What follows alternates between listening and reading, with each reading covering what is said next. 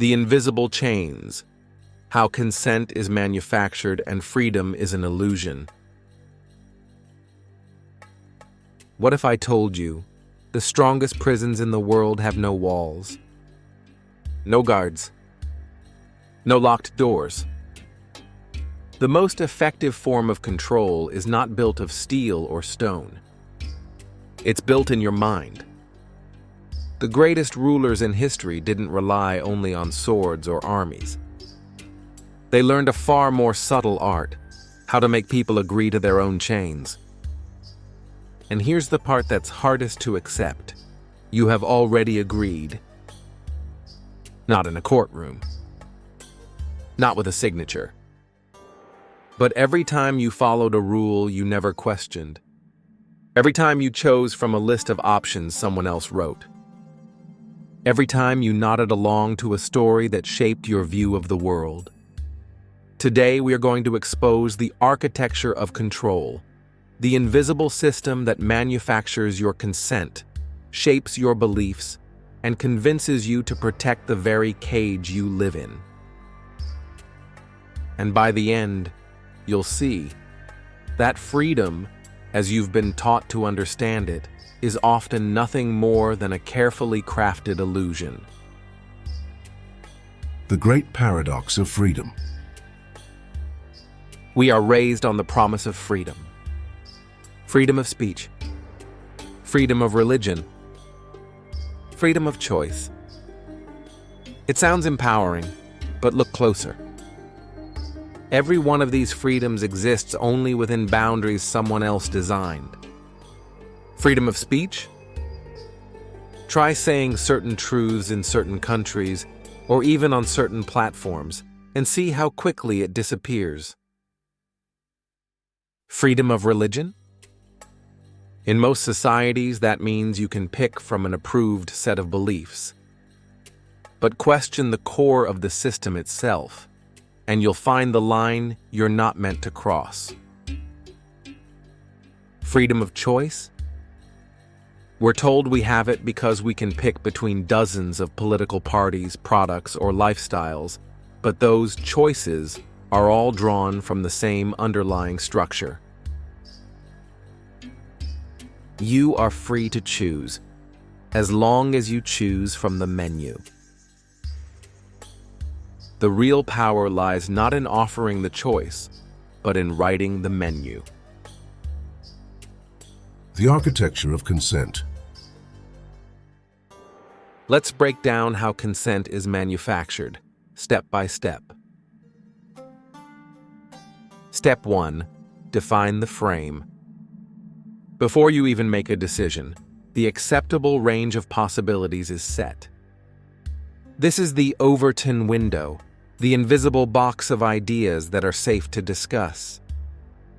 Anything outside is labeled extreme, dangerous, or insane. Step 2. Control the options. Within the frame, you're given a choice, but every path leads to the same destination. Different politicians, same policies. Different brands, same corporate owners. Step 3. Create the illusion of influence. You're invited to vote, sign petitions, leave reviews.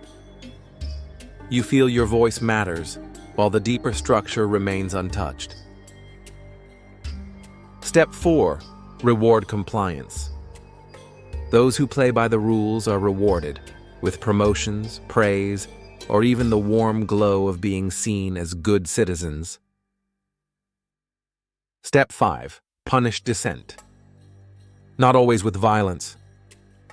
More often with ridicule, social isolation, career destruction, and the silent rewriting of your reputation. The punishment is subtle, but the fear of it keeps you in line. Historical masters of consent. Ancient Egypt perfected the divine hierarchy.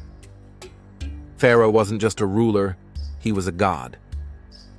Obedience wasn't submission to a man, it was service to the divine order of the universe. No army could enforce that kind of loyalty. Belief did it for them. The Roman Empire offered conquered peoples citizenship, roads, and the spectacle of the arena. Bread and circuses kept the population content enough to forget their chains. The Catholic Church in the Middle Ages held souls in its grasp through the promise of salvation and the threat of damnation. To disobey wasn't just rebellion, it was risking eternity in hell. Colonial powers reframed exploitation as civilizing missions, turning subjugation into a supposed gift. And in the 20th century, propaganda machines from Nazi Germany to Cold War America turned entire populations into willing participants in vast geopolitical games. The psychology of agreement. How do you get people to agree to their own oppression? You use the hidden levers of the human mind. Social proof. If everyone else believes something, you're wired to believe it too. Isolation once meant death. Belonging meant survival. Gradualism. Change things slowly enough and no one notices. The boiling frog doesn't jump. Anchoring. The first truth you hear becomes your reference point, even when new evidence appears. Fear-hope loops. Create fear, then offer the solution. The same hand that closes the cage gives you the key, but only if you play along. Authority bias. We are more likely to obey someone in a uniform, behind a podium or framed as an expert. The economic chains. Control isn't just political, it's economic. Debt is one of the most powerful chains ever forged. It doesn't just force you to work, it forces you to think in terms of survival rather than freedom. Consumer culture keeps you chasing upgrades, trends, and fleeting symbols of status. You keep running on the treadmill thinking you're moving forward, but you're just powering the system. Spiritual parallels. In Hindu philosophy, Maya is the veil of illusion, the cosmic play that convinces you the material world is the ultimate reality. In Gnostic tradition, the Archons are cosmic rulers who created a false world to keep humanity from remembering its divine origin. In Sufism, the veil hides the face of truth, and most never seek to lift it. In Buddhism, attachment binds you to samsara, the endless cycle of rebirth and suffering. The lesson across traditions is the same. The most effective prison is the one you cannot see. Reflection Pause 1. Think of the last rule you followed without thinking. A dress code. A workplace procedure. A social norm. Did you choose it? Or did it choose you? When consent becomes a contract. Every small act of agreement reinforces the chain. The system doesn't need your constant obedience. It needs your regular participation. This is why symbolic acts matter so much. Wearing a badge, standing for an anthem, signing a pledge. They might seem harmless, but they are rituals of loyalty. Once you perform them, your mind adjusts to match your behavior, because humans hate to see themselves as hypocrites. The Digital Age Consent 2.0. Today, you sign contracts without reading them. Every time you click "I agree" to terms and conditions, you hand over data, privacy, and even creative rights. Apps track your movements, smart devices record your conversations, and algorithms feed you content that keeps you predictable and profitable. Your digital profile becomes a cage, and you build it yourself. How to break the invisible chains.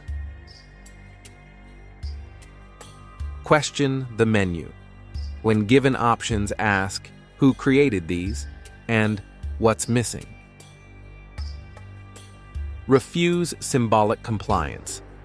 If a gesture doesn't align with your beliefs, don't perform it for appearances.